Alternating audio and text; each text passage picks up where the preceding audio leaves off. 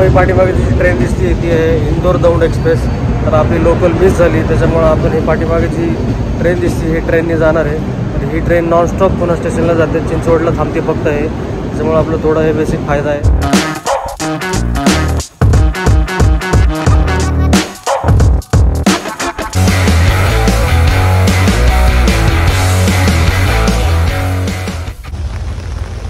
हे guys, welcome to the channel. तर आज आहे बुधवार आणि सकाळचे 9 वाजलेले आहेत। तर आत्ताच मी लोकलमधनं पुणे स्टेशनला उतरलो आणि ऑफिसला चाललो। खूप पाऊस पडतो आहे। घरातनं सकाळी 8 वाजता निघालं, त्यापासून पाऊस चालू आहे, तर अजून पाऊसच चालू आहे।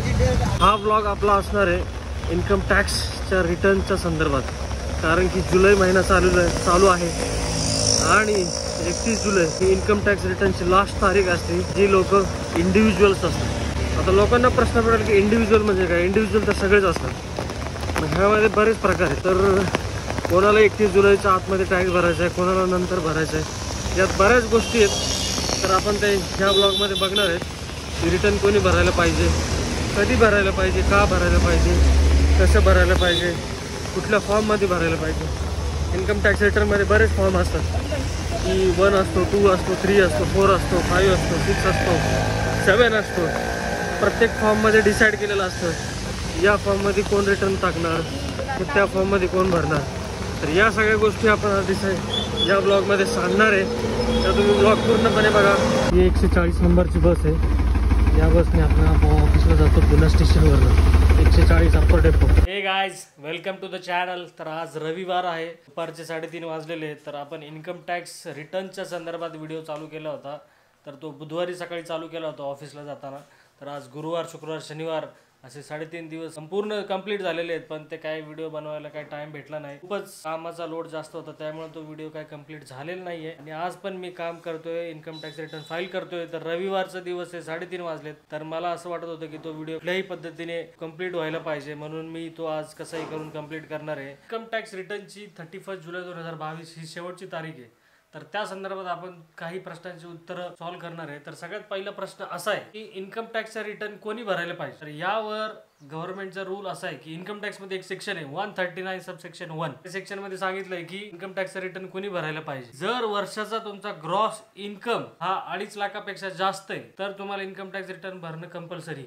गव्हर्नमेंटने सांगितले काही एक्सपेंडिचर आहेत, जर ते तुमचे झाले तर तुम्हाला रिटर्न भरणं कंपल्सरी। सगळ्यात पहिलं असं की जर तुमचं इलेक्ट्रिसिटी बिल तुम्ही पूर्ण वर्षात 1 लाखापेक्षा जास्त भरत असाल, तर तुम्हाला रिटर्न भरणं कंपल्सरी आहे। दुसरी गोष्ट, जर तुम्ही फॉरेन ट्रॅव्हल करताय आणि त्याची कॉस्ट जर 2 लाखापेक्षा जास्त आहे, तर तुम्हाला इन्कम टॅक्स रिटर्न भरणं कंपल्सरी। त्याच्यानंतरचा रूल असा आहे, जर तुमचे फॉरेन मध्ये जर काही असेट्स असतील, तर तुमचं इन्कम टॅक्स रिटर्न भरणं कंपल्सरी। तिसरा पॉईंट असा आहे की जर तुमचा कोण TDS कट करत असेल 25,000पेक्षा जास्त, तर तुमचं इन्कम टॅक्स रिटर्न भरणं कंपल्सरी। त्यातच जर तुम्ही सिनियर सिटीजन असाल तर ते लिमिट 50,000 पर्यंत। तुम्ही बँकेमध्ये 1 करोड पेक्षा जास्त जर डिपॉझिट करत असाल आणि ते करंट अकाउंट असेल, तर इन्कम टॅक्स रिटर्न भरणं कंपल्सरी।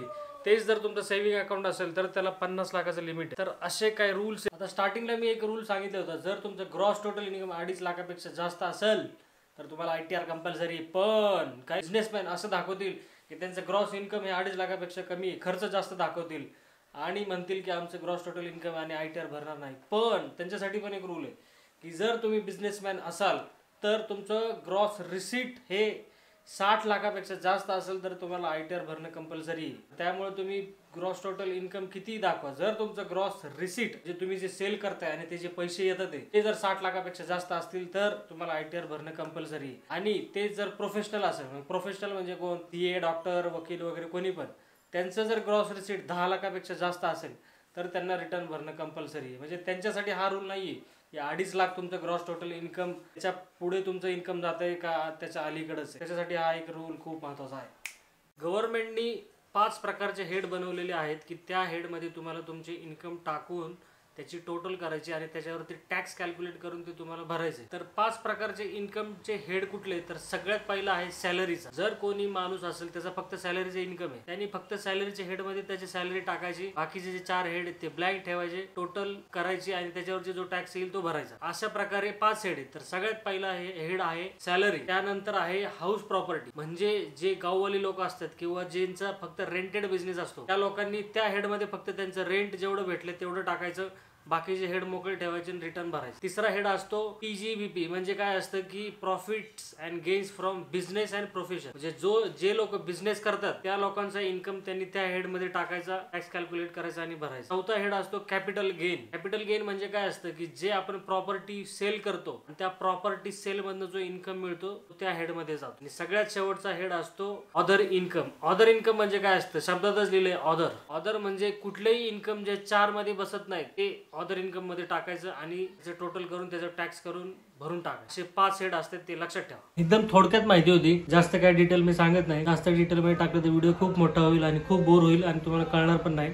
तर ही बेसिक माहिती आहे. तर इन्कम टॅक्स रिटर्न करण्यासाठी तुम्ही बँक स्टेटमेंट, त्या रिलेटेड इन्कमच्या रिलेटेड जेवढे डॉक्युमेंट आहेत तेवढे सगळे द्यायचे. किती बँकेत अकाउंट असेल तर सगळ्या बँकेचे स्टेटमेंट द्यायचे. सॅलरी असेल तर फॉर्म 16 द्यायचा. जर तुम्ही डिडक्शन क्लेम करत असाल तर त्याचे रिसिट जे मिळतात ते द्यायच्या. तर हे सगळ्या बेसिसवर आपण इन्कम टॅक्स कॅल्क्युलेट करू शकतो. आणि 31 जुलै ही लास्ट तारीख आहे. जर तुम्ही रिटर्न लेट करताय तर त्याच्यावरती 1000 रुपये ही पेनल्टी आहे. आणि जर तुमचं नेट इन्कम 5 लाखाच्या पुढे जात आहे तर ती पेनल्टी 5000 रुपये. त्यामुळे लवकरात लवकर रिटर्न भरून घ्या. मित्रांनो, आज रविवार आणि रविवारचं काम करणं म्हणजे हे खूप चुकीचं आहे.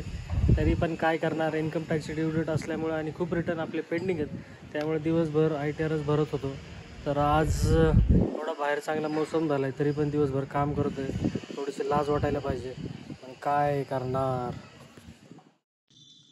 शरद भालेकर स्पोर्ट फाउंडेशन म्हणजेच मी ज्या प्रभागात राहतो तेथील आमचे लाडके नेते आणि आमचे मार्गदर्शक शरद भालेकर यांनी 10वी-12वी मध्ये उत्तीर्ण झालेल्या विद्यार्थ्यांसाठी तसेच जवळपासच्या परिसरात असलेल्या सर्व शाळेमधील विद्यार्थ्यांसाठी 5000 पॅड वाटप केले. त्यावेळेस त्या विद्यार्थ्यांचा उत्साह बघून मन प्रसन्न झाले.